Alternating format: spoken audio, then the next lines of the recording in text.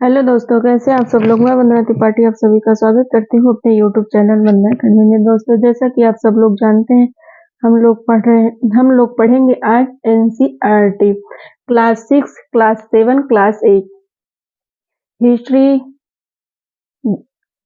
History, geography और polity. हम लोग तीनों पढ़ेंगे और जो कि हमारे सीटेट के लिए मोस्ट इम्पोर्टेंट है। और पढ़ेंगे, समझेंगे, जानेंगे, क्वेश्चन आंसर भी करेंगे। एक दिन हम लोग पढ़ेंगे चैप्टर, दूसरे दिन उसी से रिलेटेड क्वेश्चन और आंसर करेंगे। ठीक है दोस्तों, तो चलिए देखते हैं एनसीईआरटी अध्याय 1 प्रारंभिक कथन। ठीक है, क्या, कब, कहाँ और कैसे। ठीक है, कैसे पता लगाएं, अतीत के बारे में हम क्या जान सकते हैं, ये हमारा है। लोग कहाँ रहते हैं, कई साल सुविधा उतनी अच्छी नहीं है ना, इसलिए सही से नहीं कर पाते हैं। अब आप लोग सपोर्ट कीजिए, सुविधा अच्छा कर लें, इसके बाद हम भी अच्छे से पढ़ाएं लिखाएं अपना। लोग कहाँ रहते हैं। पृष्ठ 2 मानचित्र 1। कई लाख वर्ष पहले लोग इस नदी के तट पर रहते थे। यहाँ रहने वाले आरंभिक लोगों में से कुछ कुशल संग्राहक थे जो आसपास के जंगलों का विशाल संपदा परिचित थे। अपने भोजन के लिए वे जड़ों, फलों तथा जंगल के अन्य उत्पादों का यहीं से संग्रह किया करते थे। वे जानवरों का आखेट मतलब होता है शिकार। वे जानवरों का शिकार भी करते थे। ये देखिए,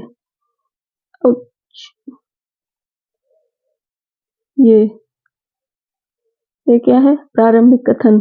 अब यहाँ से हमारा लेसन शुरू होता है, यहाँ से शुरू होता है। देखिए, किथर पहाड़ियाँ लगाओ। अब तुम उत्तर पश्चिम तथा सुलेमान और किथर पहाड़ी का पता लगाओ। इसी क्षेत्र के कुछ ऐसे स्थान हैं जहां लगभग 8000 वर्ष पूर्व स्त्री पुरुष ने सबसे पहले गेहूं तथा जौ जैसी फसलों को उपजाना आरंभ किया था और उन्होंने भेड़, बकरी, गाय बैल जैसे पशुओं को पालतू बनाना शुरू किया था। ये लोग गांव में रहते थे। उत्तर पूर्व के गारो तथा मध्य भारत की विंध्य पहाड़ियों का पता लगाओ। ये कुछ अन्य ऐसे क्षेत्र थे जहां कृषि का विकास हुआ। जहां सबसे पहले चावल उपजाया गया। वह स्थान विंध्य के उत्तर में है। देखिए, ये देखो हमारा उत्तर पश्चिम, ये उत्तर पश्चिम।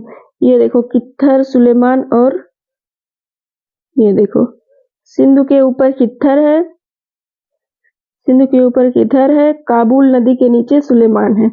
यहाँ सबसे पहले ये दिख रहा है, ये देखो यहाँ सबसे पहले गेहूं और जौ की खेती शुरू हुई। और क्या दिया है उत्तर में, और उत्तर यहाँ है, इस साइड में उत्तर है। उत्तर पूर्व गारो तथा मध्य के विंध्य पहाड़ियों का पता लगा। ये कुछ ऐसे क्षेत्र थे जहां कृषि का विकास हुआ, जहां सबसे पहले चावल उपजाया गया था। विंध्य की पहाड़ी कहाँ है, ये देखो यहाँ है, ये देखो यहाँ देखो विंध्य की पहाड़ी है। ठीक है, महानदी, ये देखो सिंधु की सहायक नदियां झेलम, चिनावा नदी, रांची नदी, सतलज नदी, ब्यास। ये सिंधु नदी की सहायक नदियां। अब आगे इसके बारे में पढ़ेंगे। अब आइए ये देख लेते हैं। अरे भगवान,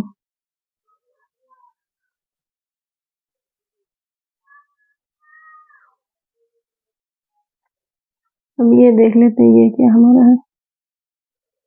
चित्र पर सिंधु तथा इसकी सहायक नदियों का पता लगाने का प्रयास करें।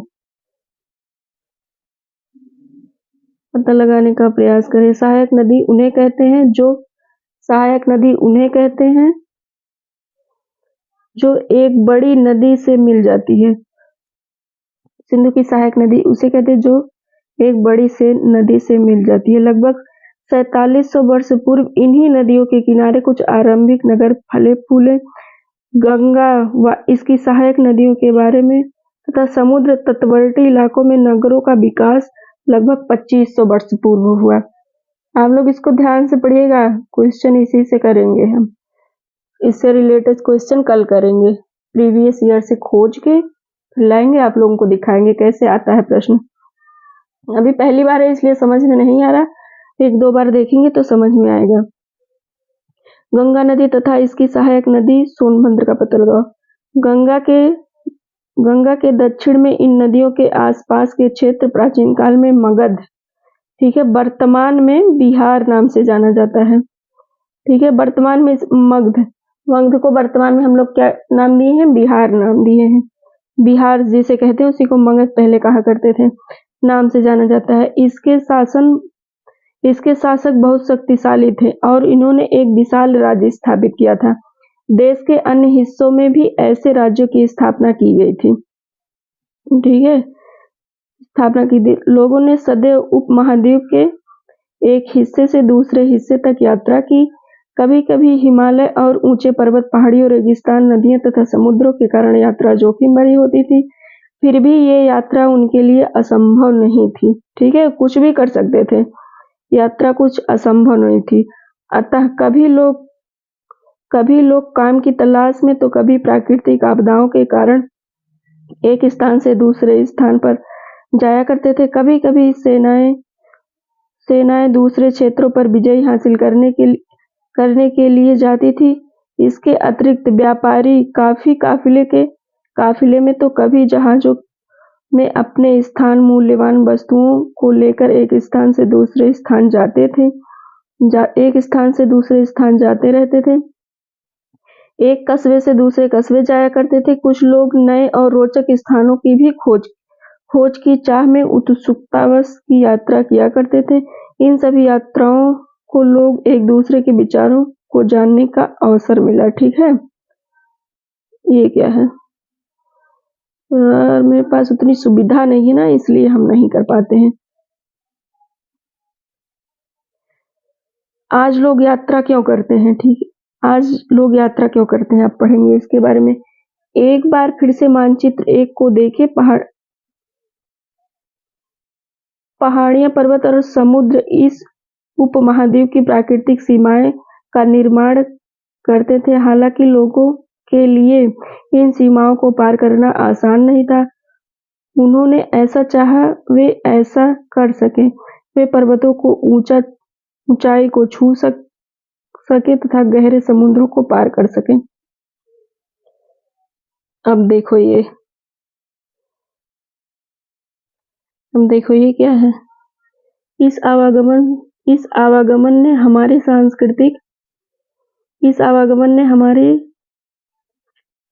कहाँ है भगवान? इस आवागमन ने हमारे पता नहीं कहाँ चला गया। इस आवागमन ने हमारे सांस्कृतिक परंपराओं को समृद्ध किया। कई सौ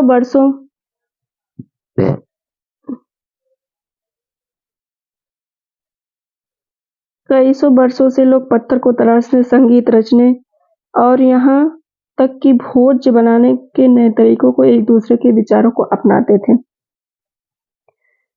देश का नाम, अब ये तो ज्यादा जरूरी है कि देश का नाम देखेंगे हम।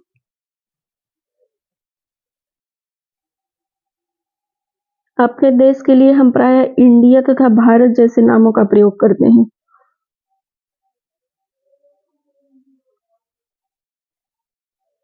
इंडिया, भारत जैसे नामों का प्रयोग करते हैं। इंडिया शब्द इंडस से निकला है। इंडिया शब्द किससे निकला है? इंडस से। इंडिया शब्द इंडस से निकला है, जिसे संस्कृत में सिंधु कहा जाता है। अपने एटलस में ईरान और यूनान का पता लगाओ। लगभग 2500 वर्ष पूर्व उत्तर पश्चिम की ओर से आने वाली ईरानियों और यूनानियों ने सिंधु के हिदोस अथवा इंडोस और इस नदी के पूर्व में स्थित भूमि को इंडिया कहा। ठीक है, यूनानी और ईरानियों की वजह से हमारे देश का नाम इंडिया पड़ा। पहले इंडस को इंडस बोलते थे, इसी वजह से ऐसे ऐसे नाम पड़ गया। इदोस इदोस को हिंदोस बोलते थे। और इस नदी के पूर्व में स्थित भूमि प्रदेश इंडिया कहा। भारत नाम का प्रयोग उत्तर पश्चिम में रहने वाले लोगों के समूह के लिए किया जाता था। इस समूह का उल्लेख संस्कृत की आरंभिक लगभग 3500 वर्ष पूर्व कृत ऋग्वेद में मिली। बाद में इसका प्रयोग देश के लिए किया गया। अतीत के बारे में कैसे जानें? अतीत के बारे में कैसे जानें? अतीत की जानकारी हम कई तरह से प्राप्त कर सकते हैं। इनमें से एक तरीका अतीत में लिखे कई पुस्तकों को ढूंढना और पढ़ना है। ये पुस्तकें हाथ से लिखी होती थी। इसे के होने के कारण पांडुलिपि कहा जाती थी। ये जो नीचे दिया गया है ना, ये हाथ से लिखी है, इसे पांडुलिपि कहते हैं कही जाती थी। अंग्रेजी में पांडुलिपि के लिए प्रयुक्त किए जाने वाला मैन्युस्क्रिप्ट, पांडुलिपि को अंग्रेजी में मैन्युस्क्रिप्ट कहा जाता है। लैटिन भाषा में मेनू जिसका अर्थ होता है हाथ से लिखना। ये पेपर में आता है मेनू, ठीक है, मैन्युस्क्रिप्ट। ये पांडुलिपियां प्रायः ताड़पत्रों अथवा हिमालय क्षेत्र में उगने वाले भुर्ज नामक पेड़ के छाल से विशेष तरीके से तैयार भोजपत्र प्राप्त मिलती थी। ये हमारी पांडुलिपियां हैं। ये क्या है? पांडुलिपियां हैं। हो ही नहीं रहा, पता नहीं कैसे। ये पांडुलिपियां है, ये हाथ से लिखी जाती है। इसको मैन्युस्क्रिप्ट, इंग्लिश में मैन्युस्क्रिप्ट कहते हैं। और हिंदी में उसको कहते हैं, क्या कहते हैं? हिंदी में पांडुलिपि कहते हैं। मैन्युस्क्रिप्ट, मैन्यू मतलब होता है हाथ से लिखा हुआ। मैन्यू मतलब होता है हाथ से लिखा हुआ, ठीक है। प्राय ये पांडुलिपियां मंदिरों और विहारों में प्राप्त होती थी, ठीक है। कुछ नष्ट कर दिए गए थे, फिर भी ऐसी कई पांडुलिपियां आज भी उपलब्ध हैं। जो ये प्रायः पांडुलिपियां मंदिरों और विहारों से प्राप्त होती थी। इन पुस्तकों में धार्मिक मान्यताओं और व्यवहारों, राजाओं के जीवन, औषधि तथा विज्ञान आदि सभी प्रकार के विषयों की चर्चा मिलती थी। इसके अतिरिक्त हमारे यहाँ महाकाव्य, कविताएं तथा नाटक भी हैं। इसमें से कई संस्कृत में लिखे हुए मिलते थे, जबकि अन्य प्राकृत और तमिल में है। प्राकृतिक भाषा का प्रयोग आम लोग करते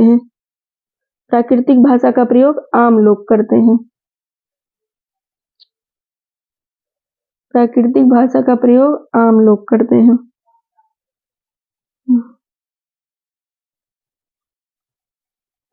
इतने वर्षों से ये पांडुलिपियां प्राकृतिक भाषा का प्रयोग आम लोग करते हैं। सही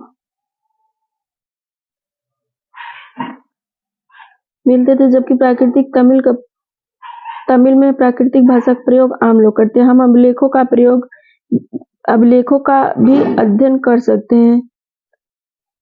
ऐसे लेख पत्थर अथवा धातु जैसी अपेक्षाकृत कठोर सतहों पर उत्कीर्ण किए मिलते हैं। कभी-कभी शासक अथवा अन्य लोग अपने आदेशों को इस तरह उत्कीर्ण करवाते थे ताकि लोग उन्हें देख सके, पढ़ सके तथा उनका पालन कर सके। कुछ अन्य प्रकार के अभिलेख भी मिलते हैं जिन्हें राजाओं तथा रानियां, अन्य स्त्री पुरुषों ने भी अपने कार्यों को विवरण उत्कीर्ण करवाया। उदाहरण के लिए प्रायः शासक लड़ाइयों से अर्जित विषयों का लेखा जोखा रखा करते थे। ऐसा करवाने में क्या क्या कठिनाइयां थी? तुम क्या बता सकती? लेखा जोखा रखते थे। तुम क्या बता सकती हो कि कठोर सतह पर लेखा जोखा रखने लिखवाने के क्या लाभ थे, ऐसा करवाने के लिए क्या क्या कठिनाइयां आती थी। वर्तमान में अफगानिस्तान में कंधार से प्राप्त हुई यह अभिलेख अशोक नामक स्थान के आदेश पर उत्कीर्ण करवाया गया था। इस शासन के विषय में तुम अध्याय 7 में पढ़ोगी। इसके विषय में अध्याय 7 में पढ़ोगी, जाने दो इसको। अब देख लेते हैं।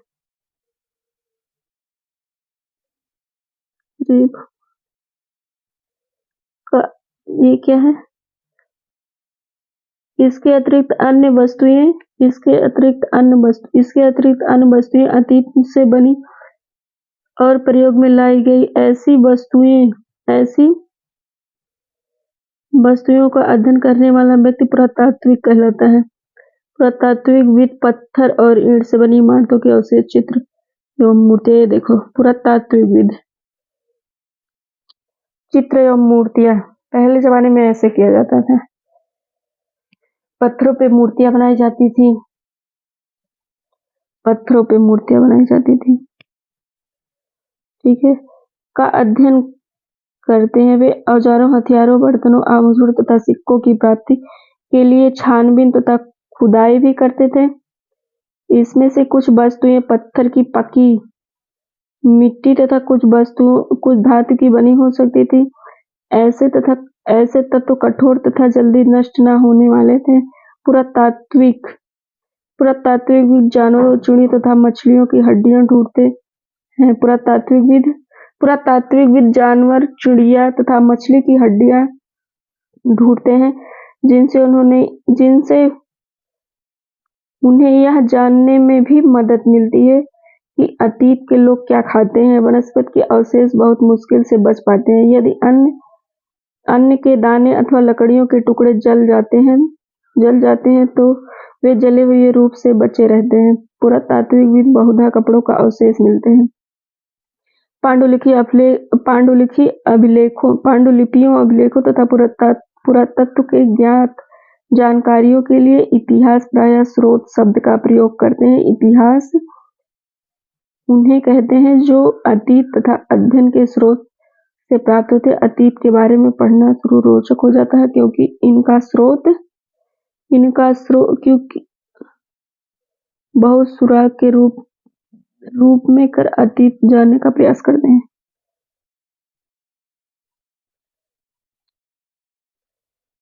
अब ये क्या है?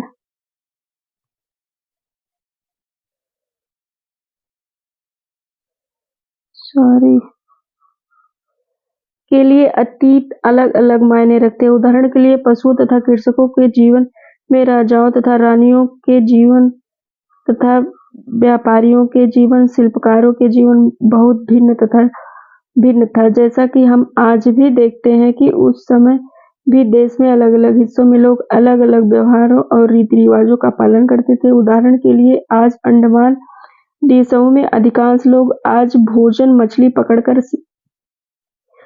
भोजन मछली पकड़कर, शिकार करके तथा फल फूल के संग्राहक द्वारा प्राप्त करते हैं। इसके विपरीत शहरों में रहने वाले लोग खाद्य आपूर्ति के लिए वे अन्य व्यक्तियों पर निर्भर करते हैं। इस तरह के भेद अतीत में भी विद्यमान थे। इसके अतिरिक्त अन्य तरह के भेद हैं। उस पर शासक अपनी विजयों का लेखा जोखा रखते थे। यही कारण है कि हम उन शासकों का उनके द्वारा लड़ी जाने वाली वस्तुओं के बारे में काफी कुछ जानते हैं, जबकि शिकारी, मछुआरों, संग्राहक, कृषक अथवा पशुपालन जैसे आम आदमी प्रायः अपने कार्यों का लेखा जोखा नहीं रखते हैं। पुरातत्व की सहायता से हमें उनके जीवन को जानने में मदद मिलती है। हालांकि अभी भी इसके बारे में बहुत सी जानना से तिथियों का मतलब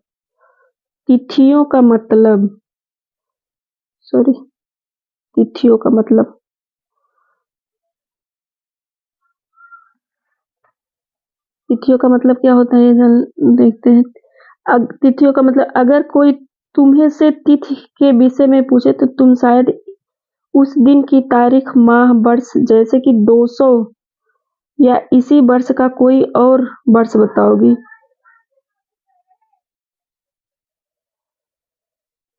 तारीख, वर्ष, जैसे कि 2000, इसी तरह का कोई और वर्ष बताओगी। वर्ष की इस गणना ईसाई धर्म प्रवर्तक ईसा मसीह के जन्मतिथि से की जाती है। 2000 वर्ष पहले का तात्पर्य ईसा मसीह के जन्म से 2000 वर्ष के बाद से है।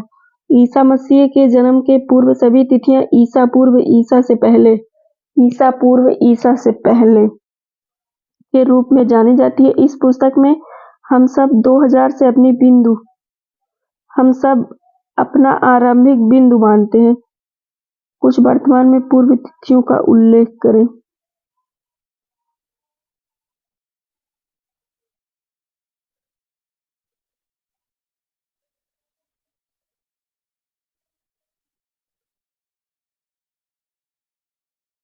वे हमारा सब क्वेश्चन आंसर आ गया जो पढ़े थे वही।